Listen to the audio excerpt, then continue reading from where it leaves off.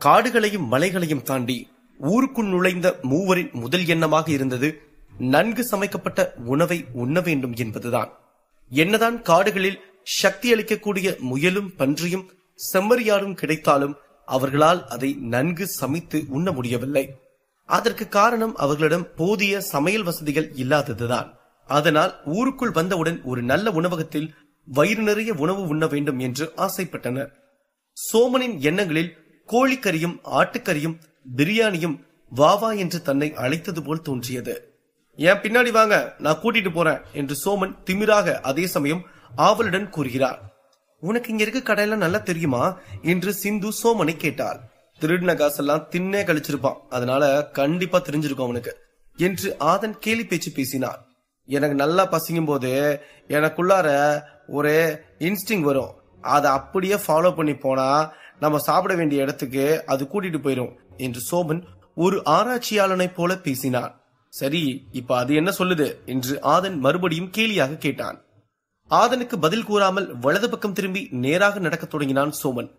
ஆதனும் சிந்துவும் ஒருவரை ஒருவர் பார்த்து கொண்டு ஒன்றும் புரியாமல் சரிவா போய் பார்ப்போம் என்று சிந்து கூற இருவரும் சோமனின் பின்னால் போனார்கள். சோமன் நேரே நடந்து மூன்றாவது இடதுபுறம் திரும்பி அங்கே இருந்த முல்லா பிரியாணி என்ற கடைக்குள் செல்கிறான். அந்த கடையை பொறுத்தவரை உட்கார்வதற்கு 2 மாடி மேல் ஏற வேண்டும்.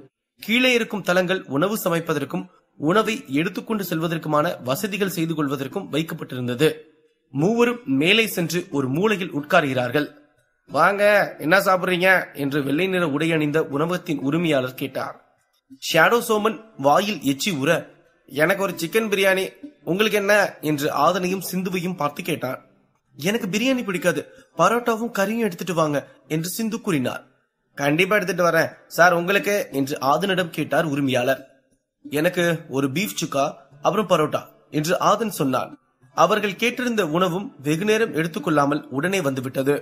நான் எட்டப்பா பரம்பரையை பத்தி பெருசா கேட்டது கிடையாது, ஆனா அவங்க திருடுவாங்கன்னு எனக்கு இன்னைக்குதான் தெரியும் என்று சிந்து கரியை மென்று கொண்டே கேட்டாள். ஏங்க, நான் திருடினதுக்கு என் பரம்பரையில இருக்க எல்லாரும் திருடுவாங்கன்னு சொல்றது எவ்வளவு அநியாயம் என்று சோமனும் சாப்பிட்டுக் கொண்டே பதிலளித்தான். இருவரையும் பார்த்து கொண்டே ஆதன் தன் வாயில் இருந்த உணவை விழுங்கிவிட்டு, சரி அப்போ நீ ஏன் திருடுற என்று ஆதன் கேட்டான். நான் ஒரு பொண்ணா உயிருக்கு உயிரா காதலிச்சேன், ஆனா அவ நான் ரொம்ப சாதுவா இருக்கேன்னு சொல்லிட்டு என்னை விட்டுட்டு போயிட்டா. அவளை மறக்கத்தான், அந்த காதலை மறக்கத்தான் திருடுறேன் என்று ஷேடோ சோமன் கூறினார். இல்ல, எனக்கு புரியல, என்ன கூட தான் ஒரு பொண்ணு விட்டுட்டு போயிருச்சு, அதுக்காக நான் என்ன திருடவா செய்றேன் என்று ஆதன் கரியை சாப்பிட்டுக் கொண்டே கூறினான். ஆதனின் பேச்சை கேட்ட சிந்து ஆச்சரியத்துடன் திரும்பி, ஒரு பொண்ணு விட்டுட்டு போயிருச்சா? ஹோ, அதனாலதான் நைட்லாம் தூங்காம இருந்தியா? அதை நினைச்சுதான் அழுதுட்டு இருந்தியா அன்னைக்கு? அதனாலதான் இவ்ளோ ஆக்ரோஷமா சண்டை போட்டியா? அப்ப இதெல்லாம் உன்னுடைய இயல்பு கிடையாதா? எல்லாம் வலியோட வெளிப்பாடா? அப்போ நீயும் அவளை மறக்கத்தான் கேங் தானா என்று சிந்து ஆதனை கேலி செய்தாள். பாத்தீங்களா ப்ரோ, நீங்க கூட ராத்திரி ப்ரோ உட்காந்து ஃபீல் பண்ணிருக்கீங்க, அதுதான் ப்ரோ காதல் என்று விட்டத்தை பார்த்து ஃபீல் செய்ய தொடங்கினான் சோமன். அட கிறுக்கு பயல, நான் ஒன்னும் மறக்கணும்னு இதெல்லாம் பண்ணல, அது வேற கதை, உனக்கு சொன்னா புரியாது என்று ஆதன் வெறுப்புடன் கூறினார். அப்படி என்ன கதை அது என்று சோமன் கேட்க, ஐயோ அதை மட்டும் கேட்டுறாத, நான் ஒரு தடவை தெரியாம அதை கேட்டுதான் ஒன்னும் புரியாம குப்புறப்படுத்தி தூங்குனேன் என்றாள் சிந்து. உங்களுக்கு எல்லாம் என்ன பார்த்தா சிரிப்பா இருக்குல்ல என்றான் ஆதன். அப்போது திடீரென்று அங்கு ஒரு பரபரப்பு ஏற்பட்டது. யாரோ ஒருவர் உரிமையாளரின் சட்டையை பிடித்து சண்டை போட தொடங்கினார். என்ன நடந்துட்டு இருக்காங்க, யார் அவன் என்று சோமன் பதறினான்.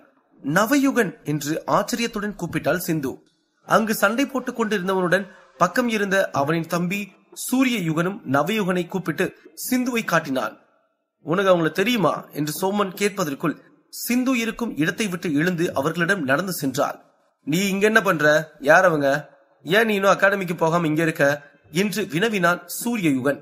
உனக்கு என்ன வந்துச்சு, உங்ககிட்ட நான் பேசல என்று சலிப்புடன் பதிலளித்தாள் சிந்து. அப்போ நான் கேக்குறேன், இங்க என்ன பண்ற, யார் அவங்க என்று நவயுகன் கம்பீரமாக வந்தான். நவயுகனையும் சூரிய யுகனையும் பற்றி கூற வேண்டுமென்றால் அவர்கள் யுகன் வம்சாவளியை சார்ந்தவர்கள். மற்ற வம்சாவளிகளை காட்டிலும் யுகன் வம்சாவளி முற்றிலும் வேறுபட்ட வம்சாவளி. அவர்கள் மிகவும் வலிமையற்று இருந்த ஒரு வம்சாவளி என்று கூறலாம். ஒரு காலத்தில் அவர்களது வம்சாவளியின் பெயர் கதவு திறந்தான் வம்சாவளி. அவர்களின் வம்சாவளியில் இருப்பவர்கள் எல்லோரும் அரண்மனை கதவு திறப்பதை தவிர வேறு எதற்கும் ஒத்துவர மாட்டார்கள் என்று அந்த பெயர் அவர்களுக்கு வந்தது. ஆனால் அந்த வம்சாவளியை சேர்ந்த யுகன் என்பவர் தன் மூளையையும் வலிமையாக வைத்து பல நூதன தற்காப்பு பயிற்சி முறைகளை கண்டுபிடித்து அதை புத்தகங்களாக எழுதி அதை அவரும் பயிற்சி செய்து தன் பரம்பரையில் இருக்கும் மற்றவர்களுக்கும் கற்றுக் கொடுத்தார். கதவு திறப்பதற்கு மட்டும் ஒத்து வருவார்கள் என்று பெயர் பெற்றிருந்த அந்த வம்சாவளி கெப்லர் கிரகத்தின் அசைக்க முடியாத தற்காப்பு கலைகளை நடைமுறைக்கு கொண்டு வந்த வம்சாவளி என்ற பெயர் வாங்கியதற்கு முழுமுதற் காரணமாக இருக்கும் யுகனின் பெயரையே அவர்களின் வம்சாவளி பெயராக மாற்றிவிட்டனர். இந்த வம்சாவளியில் இருக்கும் அனைவரும் எதிரியை தாக்குவதை விட எதிரியின் தாக்குதலை தவிர்த்தும் தடுத்தும் எதிரியை சோர்வடைய செய்து அதன் பிறகு தாக்குதலை மூர்க்கத்தனமாக முற்படுத்தி வெற்றி பெறும் தனிச்சிறப்பு கொண்ட வம்சாவளியாகும். இந்த வம்சாவளியின் மூத்த வாரிசாக நவயுகனும் இளைய வம்சாவளியாக சூரிய யுகனும் இங்கு நடக்கவிருக்கும் போட்டியில் கலந்து கொள்ள வந்திருக்கிறார்கள். அவங்களாம் என் கூட பயணம் செஞ்சவங்க என்று பதில் கூறினாள் சிந்து. தலையை சற்று சாய்த்து அவர்களை முறைத்து பார்த்தான் நவயுகன். அவங்க 2 பேர் கூட தான் காலையில இருந்து இருக்கியா என்று கேட்டான் நவயுகன். சோமனை இன்னைக்குதான் தெரியும், ஆனா ஆதனை நேத்தே பார்த்துட்டேன் என்று இருவரையும் சுட்டிக்காட்டி பதிலளித்தாள் சிந்து. நீ வா, அவங்களை அறிமுகப்படுத்தி வைக்கிற என்று நவயுகனை கூட்டி வந்தாள் சிந்து. சிந்துவுடன் நவயுகனும் சூரியயுகனும் அவர்கள் சாப்பிட்டுக் கொண்டிருந்த மேசைக்கு சென்றார்கள். இது சோமன், இது ஆதன் என்று இருவரையும் நவயுகனுக்கு அறிமுகப்படுத்தினாள் சிந்து. இது நவயுகன், இது சூரியயுகன் என்று அவர்களை ஆதனுக்கும் சோமனுக்கும் அறிமுகப்படுத்தினாள் சிந்து. அனைவரும் சுற்றி உட்கார்ந்து பேசத் தொடங்கினார்கள். அப்புறம் ஆதன், என்ன ராத்திரி எப்படி போச்சு என்று கேட்டால் சூரியயுகன். சூரியயுகனின் பேச்சில் ஏதோ மர்மம் இருப்பதாய் புரிந்து கொண்டான் ஆதன். என்ன எப்படி போச்சுன்னா என்ன கேக்குற, எனக்கு ஒன்னும் புரியல என்று சந்தேகத்துடன் கேட்டான் ஆதன். என்னங்க ராத்திரி முழுக்க சிந்து மாதிரி ஒரு அழகான பொண்ணு கூட இருந்திருக்கீங்க என்று கேலி புன்னகையுடன் ஆதனை ஒரு பார்வை பார்த்தான் சூரியயுகன். என்னதே சிந்து அழகா இருக்காங்களா, சொல்லவே இல்ல என்று கேலி செய்து சிரித்தான் சோமன். இந்த கேலியை பொறுத்துக் கொள்ள முடியாத நவயுகன் சோமனை முறைத்தான். ஹலோ, என்ன லுக்கு, அப்படியே கண்ணை புடுங்கி தின்றுவேன் என்று சோமன் வழக்கம் போல காமெடியாக பேச பட்டன அவனை அடித்தான் நவயுகன். அதை பார்த்த ஆதன் சிந்து இருவரும் அதிர்ச்சி அடைந்தார்கள். நவயுகன் 9th லெவல் வாரியர். அவன் கொடுத்த அடி தாங்க முடியாமல் கீழே சுருண்டு விழுந்தான் சோமன். நவயுகா, என்ன பண்ணிட்டு இருக்க, ஏன் இப்படி பண்றீங்க 2 பேரும் என்று சிந்து கொதித்து எழுந்தாள். உனக்கே தேவையில்லாம கோவம் வருது, ஒண்ணுக்கும் லாயக்கில்லாத இவங்க கூட போட்டிக்கு வந்திருக்க, அது மட்டும் இல்லாம உன் கூட வேற சுத்திக்கிட்டு இருக்காங்க, அடிக்காம தூக்கி வச்சு கொஞ்சணுமா? இவங்கெல்லாம் நவயுகன் அண்ணன் அளவுக்கு வர முடியுமா? அண்ணா யாரு, அவர் எவ்வளவு பெரிய ஆளு, பேடி பசங்களை முன்னாடி கூட்டிட்டு வந்து அண்ணன் அசிங்கப்படுத்துறியா என்று சூரியயுகன் கேட்டான். நவயுகா, உனக்கு என்ன ஆச்சு, ஏன் இப்படி பண்ணிக்கிட்டு இருக்க, அவங்க நல்ல ஃப்ரெண்ட்ஸ் தான் என்று சிந்து கத்தினாள். வரும்போதே ஏதாவது பிரச்சனை பண்ணணும்னு நினைச்சிட்டு வந்தியா? கொஞ்ச நேரத்துக்கு முன்னாடி அவர் சட்டையை பிடிச்சு சண்டை போட்டுட்டு இருக்க, இப்ப இங்க வந்து இவங்களோட சண்டை போட்டுட்டு இருக்க, என்னதான் பிரச்சனை உனக்கு என்று சிந்து கத்தினாள். நான் ஒரு ஸ்பிரிட் அவேக்கிங் பண்ண 9th லெவல் வாரியர், எனக்கு கீழே தான் நீங்க எல்லாரும், அதை மறந்துட்டு நீங்க ஏதாச்சும் பண்ணீங்கன்னா நான் அடிப்பேன் என திமிராக பேசினான் நவயுகன். 9th லெவல் வாரியர்னா பெரிய பருப்பா, உன் இஷ்டத்துக்கு எல்லாரும் கூட சண்டை போட்டுட்டு இருப்பியா? ஏன் சிந்து, உன் கூட சுத்துற எல்லாருமே இப்படித்தானா, மண்டகணம் முடிச்சு சுத்திட்டு இருப்பாங்களா, உனக்கு நல்ல நண்பர்களே இல்லையா என்று ஆதனும் பதிலுக்கு திமிராக பேசினான். கோவத்தில் இருந்த சிந்துவின் கண்கள் மேலும் கோவத்தில் சிவந்தது. வாய மூடு ஆதன், இவன் நான் கட்டிக்க போறவன், தேவையில்லாம வாய் விடாத, உன்னால அவன் எதிரில கூட நிக்க முடியாது என்று சிந்து ஆதனை பார்த்து ஆக்ரோஷமாக கத்தினாள். என்னது மொறப்பையனா, அதான் இவ்ளோ சீனா என்று ஏளனமாக பார்த்தான் ஆதன். சூரியயுகன் ஆதனை முறைத்தான். ஆதன் எழுந்து சோமனையும் தூக்கி கொண்டு அங்கிருந்து நகர்ந்து சென்றான்.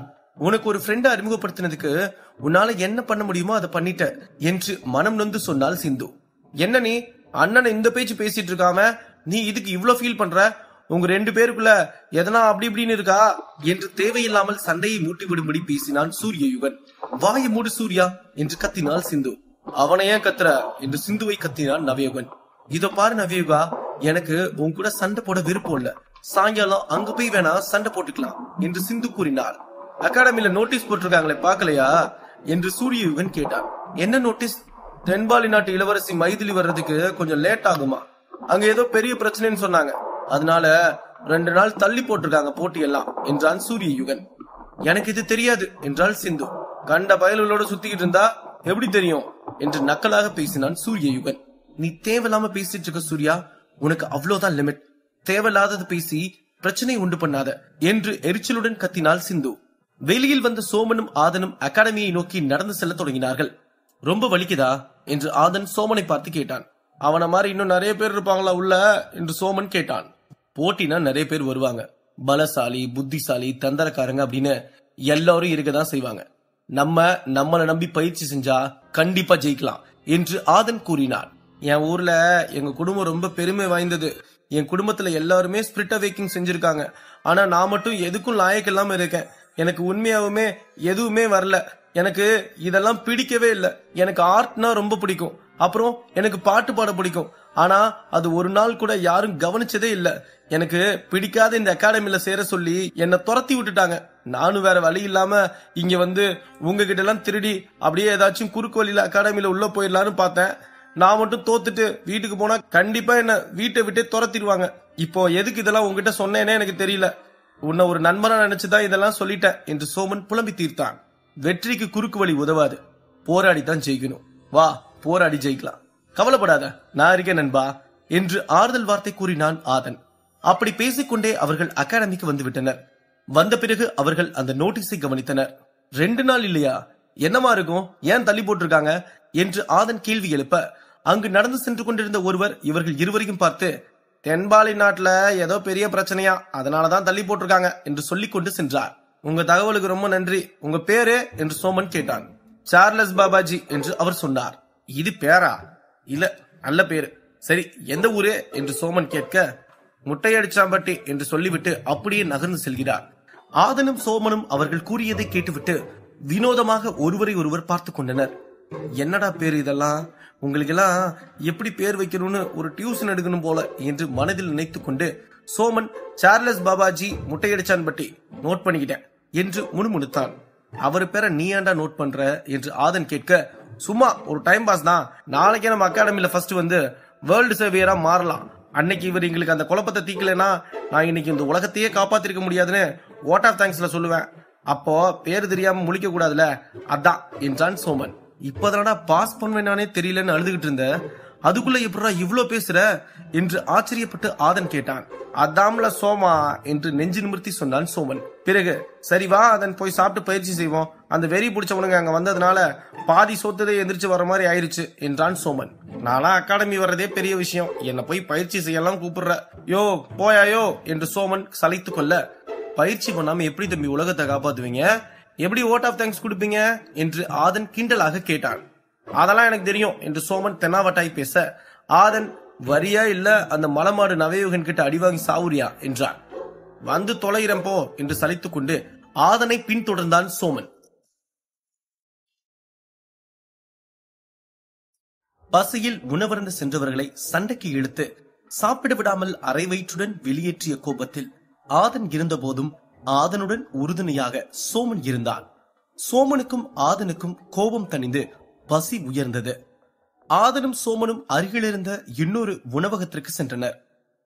எனக்கு ரொம்ப பசி இல்ல, நான் ஏற்கனவே கொஞ்சம் சாப்பிட்டேன். உனக்கு எப்படி என்று ஆதன் கேட்டான். எனக்கு பசி இருக்கு, ஆனா நானும் கொஞ்சம் சாப்பிட்டதுனால ரொம்ப இல்ல என்று சோமன் பதில் கூறினார். அப்படின்னா ஒரு ஃப்ரைட் ரைஸ் வாங்கி 2 பேரும் ஷேர் பண்ணிக்கலாமா என்று சோமன் கேட்க, ஆதனும் தலையை சரி என்று அசைத்தான். பிறகு இருவரும் ஃப்ரைட் ரைஸை ஆர்டர் செய்தனர். பின் அதை சரிபாதியாக பிரித்து நன்றாக உண்டார்கள். ஃப்ரைட் ரைஸ் சாப்பிட்டதும் சோமன், ஆஹா என்ன டேஸ்ட், இத சாப்பிடும் போது மீட் அண்ட் ஈட் ஹோட்டல்ல அலெக்ஸ் செய்யற ஃப்ரைட் ரைஸ் தான் ஞாபகத்துக்கு வருது என்று கூறியவாறே ஃப்ரைட் ரைஸை சாப்பிட்டான். ஆதன் சோமன் கூறியதை கேட்டு சிறு குழப்பத்துடன், என்ன உளறிட்டு இருக்க, அலெக்ஸ் யாரு, உனக்கு ஃப்ரெண்டா என்று கேட்டான். சோமன் ஃப்ரைட் ரைஸை வாயில் முழுங்கிக் கொண்டு, அழுவா இரு சொல்றேன் என்று வாயில் இருந்ததை விழுங்கிவிட்டு, அது ஒரு அருமையான கதை, எங்க பாட்டி என்கிட்ட அடிக்கடி அந்த கதையை தான் சொல்லுவாங்க, உனக்கு ஒரு நாள் இதை நான் சொல்றேன் சரியா என்று சொல்லிக்கொண்டே சாப்பிட தொடங்கினான். ஆதனும் சரி என்பதை போல தலையசைத்துக் கொண்டே சாப்பிட ஆரம்பித்தான். நான் ஏதாவது சாப்பிட்டா சோடா மாதிரி ஏதாச்சும் குடிப்பேன், ஏதாச்சும் போய் குடிக்கலாமா என்று சோமன் கேட்டான். ஆதனும் சரி என்று சொல்ல இருவரும் அருகில் இருந்த ஒரு குளிர்பான கடைக்கு சென்றார்கள். அங்கு இருவரும் சோடா அருந்திவிட்டு அங்கிருந்து பயிற்சி செய்ய அருகில் இருந்த ஆற்றை நோக்கி சென்றார்கள். உனக்கு எவ்வளவு தூரம் தற்காப்பு கலை பற்றிலாம் தெரியும் என்று ஆதன் சோமனை கேட்டான். என்ன கேலி செய்யறது கேட்கறியா இல்ல கத்து கொடுக்கறது கேட்கறியா என்று சோமன் கேட்டான். நீதானப்பா ஒன்னும் தெரியாம கஷ்டப்பட போறேன் அப்படின்னு புலம்புன, அதுதான் உதவி செய்யலான்னு கேட்டேன். பொறுப்பு இல்லைன்னா சொல்லு, நான் மட்டும் போய் பயிற்சி செய்யறேன். நீ அந்த மரத்துக்கு கீழே போய் படுத்து தூங்கு என்று ஆதன் கூறினான். எனக்கு அதை எப்படி சொல்றதுன்னு தெரியல, வேணும்னா நமக்குள்ள போட்டி வச்சுக்கலாம் என்று சோமன் கேட்டான். ஆதனுக்கு சிரிப்பு தான் வந்தது. ஆதன் மனதிற்குள் தன் வீரத்தை எண்ணி பெருமிதம் கொள்கிறான். தன்னிடம் உள்ள டிராகன் ஸ்பிரிட் எவ்வளவு வலிமை வாய்ந்தது, இது எதுவும் தெரியாத இவன் என்னுடன் போட்டி போட நினைக்கிறான். இந்த போட்டியில் சோமனை காயப்படுத்திவிடக் கூடாது, பாவம் சோமன் என்று ஆதன் நினைத்தான். ஆதன் சிரிப்பதை கவனித்த சோமன், எனக்கு புரியுது நீ ஏன் சிரிக்கிறேன்னு. எனக்கு உதவி தேவை. ஒரு 4 அடி வாங்கினா கூட நான் வாங்கிக்கிறேன், ஒன்னும் தப்பு இல்ல. ஒன்னும் தெரியாம நான் மட்டும் அகாடமிக்கு உள்ள போய் என்ன பண்ண போறேன்? நானும் எப்படியாவது உள்ள போகணும் அப்படிங்கிற ஆசையோட தான் வந்திருக்கேன். உன் விருப்பம், உதவி செய்யணும்னா செய்யி என்று ஒன்றும் தெரியாத அப்பாவி போல் சோமன் பேசினான். உதவி செய்யறேன்னு உயிர் எடுத்துட போறேன், என் வலிமையை பத்தி உனக்கு தெரியாது என்று அந்த பெரும் சிரிப்பு சத்தத்தின் நடுவே ஆதனின் ஆவண பேச்சு வெளிவந்தது. கதையின் நாயகனாகவே இருந்தாலும் ஆதனும் ஒரு ஆண் தானே, ஆணவம் இருக்கதானே செய்யும், என்ன செய்ய. இப்படி அசிங்கப்படுறதுக்கு பேசாம நான் செத்தே போயிடலாம் என்று சொல்லிவிட்டு ஆற்றின் ஓரத்தில் போய் உட்கார்ந்து விட்டான் சோமன். ஆதனுக்கு ஏன் சிரித்தோம் என்ற அளவிற்கு குற்ற உணர்ச்சி குறுகுறுத்தது. ஆதனுக்கு அவன் தென்பாலை நாட்டிலிருந்து வந்தபோது அந்த நாட்டில் இருந்தவர்கள் மற்றும் சால்வன் வம்சத்தினர் அவனை இப்படித்தான் கைகாட்டி சிரித்தார்கள் என்பது நினைவுக்கு வந்தது. குற்ற உணர்ச்சியின் உச்சிக்கு சென்ற ஆதனுக்கு தன் மீதே கடும் கோபம் வந்தது. சோமனின் அருகில் சென்று, என்ன மன்னிச்சிரு, நான் பேசினது எந்த அளவுக்கு உன்னை ஹர்ட் பண்ணிருக்கோன்னு என்னால புரிஞ்சுக்க முடியுது. சரிவா, போட்டி வச்சுக்கலாம். ஆனா சண்டை போட்டி கிடையாது, நான் சொல்ற போட்டி தான் என்றான். சோமன் ஆச்சரியத்துடன் என்ன போட்டி என்று கேட்டான். 3 போட்டி வச்சுப்போம். முதல் போட்டி ஓட்டப்பந்தயம், 2வது போட்டி வாள் வீசுறது, 3வது போட்டி நான் அடிக்கும் போது நீ தடுக்கணும் என்றான் ஆதன். சோமனும் அதற்கு ஒத்துக்கொள்ள இருவரும் முதல் போட்டிக்கு ஆயத்தமாகிறார்கள். முதல் போட்டி ஓட்டப்பந்தயம்.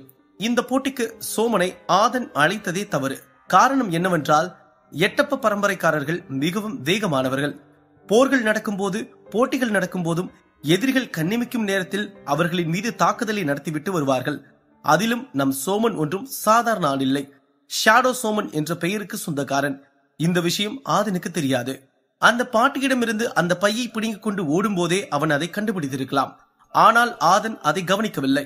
இன்னும் சொல்ல போனால் ஆதனிடம் பிடிபட வேண்டும் என்பதற்காகவே அந்த நேரத்தில் சோமன் பொறுமையாக ஓடினான்.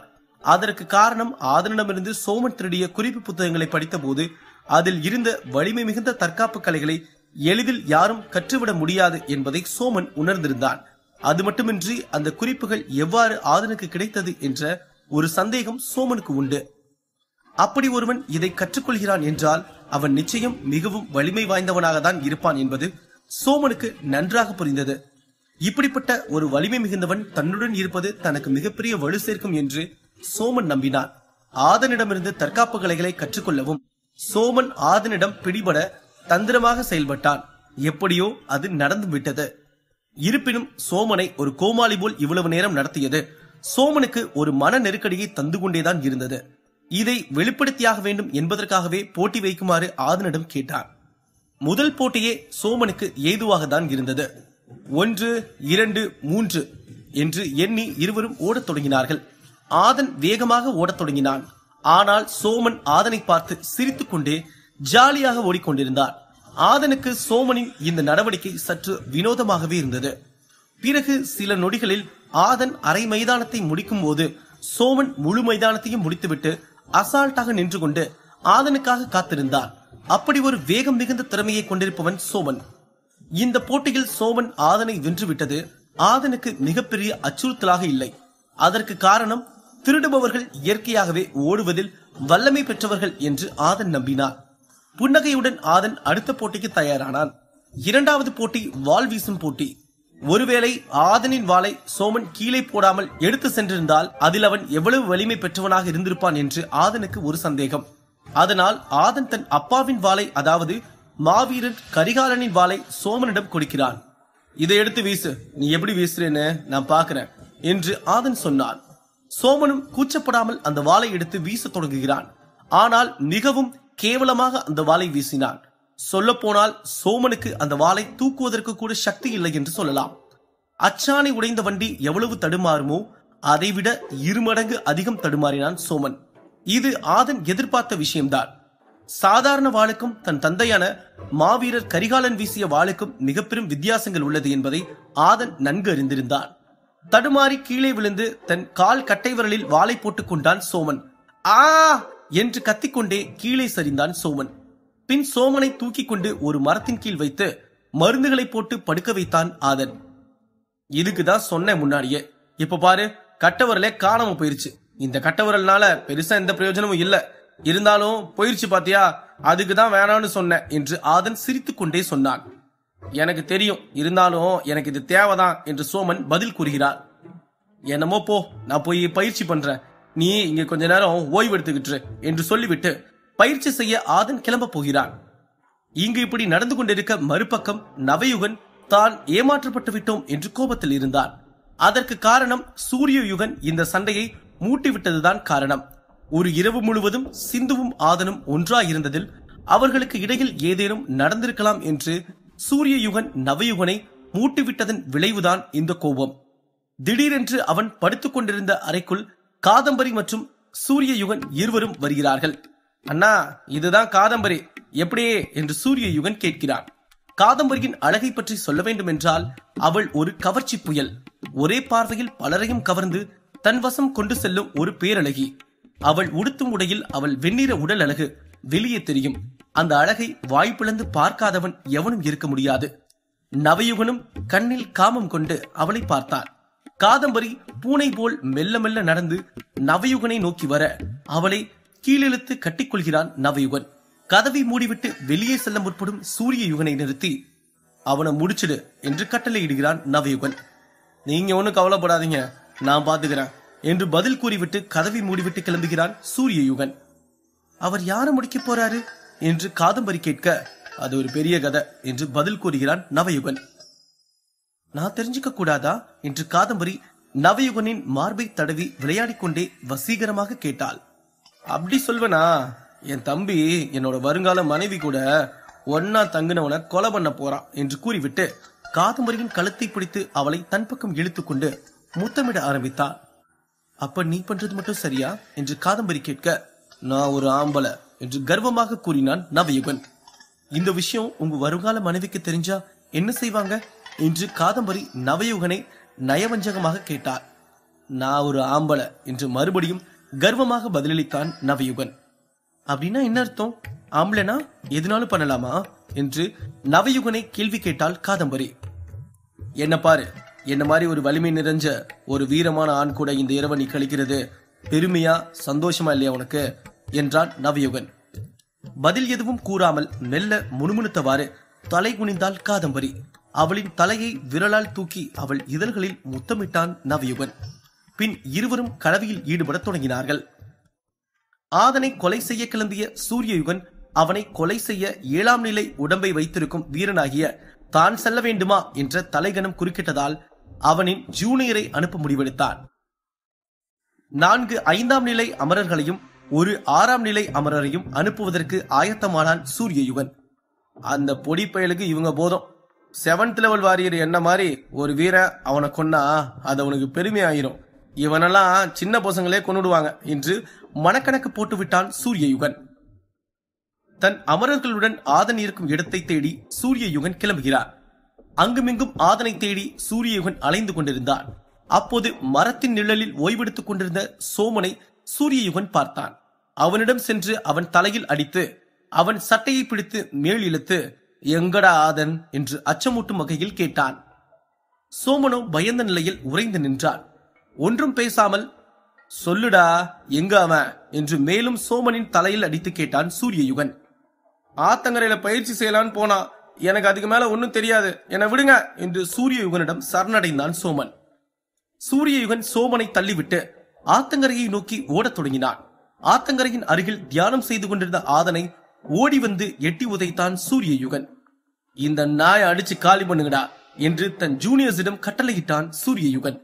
ஆற்றின் மேல் விழுந்து சுயநினைவுக்கு வந்து எழுந்து சண்டைக்கு தயாரானான் ஆதன். ஓடி வந்தவர்களை அடிக்க முற்படும் போது, ஒருவரை அடிக்கும் போது மற்றொருவர் இவனை தாக்கிக் கொண்டிருந்தனர். இந்த காயங்கள் அவனை மேலும் கோபமாக்கியது. நிதானம் இல்லாமல் வெறித்தனமாக சண்டை போட ஆரம்பித்தான். அவன் கொடுக்கும் அடி ஒவ்வொன்றிற்கும் எதிரில் இருப்பவர்கள் சுருண்டு விழத் தொடங்கினார்கள். அங்கு வந்திருந்த 4 5ஆம் நிலை அமரர்களையும் அடித்து துவம்சம் செய்தான் ஆதன். ஆதன் இவ்வளவு அருமையாக சண்டை போடுவான் என்று அவர்கள் யாரும் எதிர்பார்க்கவில்லை. எஞ்சியிருந்த ஒரே ஒரு 6ஆம் நிலை அமரன் களத்தில் குதித்தான். இந்த முறை முதல் அடி ஆதன் கொடுக்க விரும்பினான். இருவரும் ஓடி வந்து தாக்குதலை பரிமாறிக்கொண்டனர். திடீரென்று இடுப்பிலிருந்து ஒரு கத்தியை எடுத்து ஆதனின் கைகளை கிழித்தான் அந்த 6ஆம் நிலை வீரன். வழியில் கொடூரமாக கோபம் கொண்ட ஆதன் அவனின் கழுத்தை பிடித்து மரத்தின் மேல் தள்ளி அவன் முகத்தில் குத்தியை கொன்றுவிட்டான். இந்த கோபம் வரும்போது அவனை சுற்றி ஒரு பச்சை திரவ வாயு வெளிப்பட்டதை அங்கு நின்று கொண்டிருந்த சூரியயுகன் பார்த்தான். இப்போது அங்கு இருப்பது சூரியயுகன் மட்டும்தான். உண்மையில் ஆதனிடம் இவ்வளவு சக்தி இருக்கும் என்று சூரியயுகன் எதிர்பார்க்கவில்லை. அதுவும் கடைசியில் அவன் கோபம் கொண்டபோது அவனிடமிருந்து வெளிப்பட்ட அந்த பச்சை நிற திரவ சக்தி சூரியயுகன் சற்றும் எதிர்பார்க்காத ஒரு சக்தி. இப்படிப்பட்ட சூழல் அமைந்திருக்க இதுவும் ஒரு பெரிய விஷயமாக சூரியயுகனுக்கு தென்படவில்லை. இன்னும் ஆதனை கொள்வதற்கு தயாராகவே இருந்தான் சூரியயுகன். ஏனென்றால் இன்னும் தன்னை விட வலிமையில் குறைந்தவனாகவே ஆதனை கருதினான் சூரியயுகன். பரவாயில்லையே, இவ்வளவு பேர் அடிச்சுட்ட, நான் கூட நீ ஒன்னத்துக்கும் லாயக்கு இல்லாதவன் ஒடி பையன் நினைச்சேன். ஆனா ஒண்ணு, இவங்க எல்லாரையும் அடிச்சதுனால நீ என்ன அடிச்சிடலான்னு பகல் கனவு காணாத, நான் வேற மாதிரி என்று பெருமை பேசிக்கொண்டு நெஞ்சை நிமிர்த்தி கொண்டு நின்றான் சூரியயுகன். ஆதன் இது எதையும் கண்டுகொள்ளாமல் அவனுடன் சண்டை செய்வதற்கு தயாராக இருந்தார். ஆதன் அவ்வாறு தயாராக இருந்தது சூரியயுகனுக்கு மேலும் எரிச்சலை உண்டு செய்தது. தன் முதுகிலிருந்து தன் வாளை எடுத்தான் சூரியயுகன். யுகன் வம்சம் தன்னை தற்காத்துக் கொள்ளும் தற்காப்பு கலைகளில் வல்லமை பெற்றவர்கள் என்பதால் எதிராளி தன் அசைவை நிறுத்துவது வரை ஏதும் செய்ய மாட்டார்கள். அவர்களையே உற்று நோக்கி கொண்டிருப்பார்கள். சூரியயுகனிடம் இருந்து எந்த தாக்குதலும் வராத காரணத்தால் சூரியயுகனை தாக்குவதற்கு ஆதனை முற்பட்டான். ஓடி சென்று சூரியயுகனை தாக்குவதற்கு தன் வாளை தூக்கி வெட்ட முற்பட்டான். ஆனால் சூரியயுகன் சற்றும் அசையாது தன் வாளை வைத்தே அந்த தாக்குதலை தடுத்து விட்டான். 2 வாள்கள் மோதிய அழுத்தத்தின் எதிரொலியாய் ஆதன் தூக்கி வீசப்பட்டான். அதே சமயம் சூரியயுகனின் வாள் மிக பெரும் விரிசலை கண்டது. வாடா என்று கத்தினான் சூரியயுகன். இப்படி ஒரு தற்காப்பு சக்தியை ஆதன் இப்போதுதான் முதல் முறையாக பார்க்கிறான். ஆனால் அது அவனுக்கு ஆச்சரியமூட்டவில்லை, மாறாக ஆசைகளை மூட்டியது. சூரியயுகனை தோற்கடித்து அவனிடம் இருக்கும் அந்த தற்காப்பு குறிப்புகளை தனதாக்கிக் கொள்ள பெரும் ஆசைப்பட்டான் ஆதன்.